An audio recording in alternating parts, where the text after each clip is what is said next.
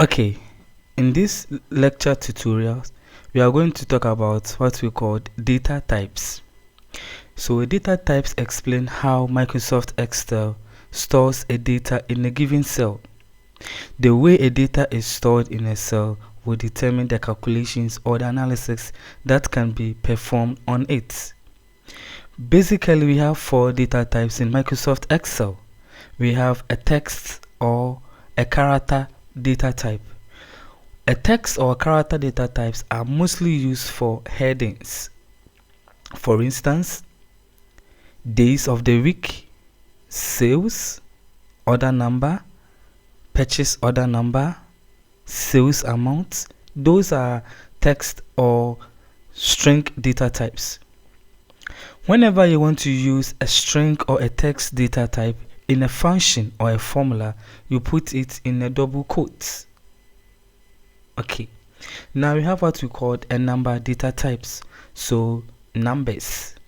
So we can have the number 21, the number 23, and we can also have a number with a floating point. For instance, 2.3 as a decimal. Then we also have date and time as a data type. Date and time are basically serial numbers or just numbers in Microsoft Excel. If I bring in the date form function, let's say 2025, the second month, and then the first day, this is a date data type. If I want to type the time, let's say 1 a.m., I bring in the time function. So the hour is 1 minute 20 second, and that will give me my time 1:02 a.m. These are time and date data types. And lastly, we have what we call Boolean or logical data types.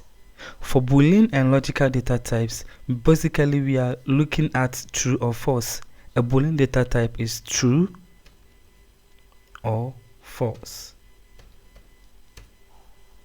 So in this video, we learned that Excel can store a data in the form of text. It can also store a data in the form of number.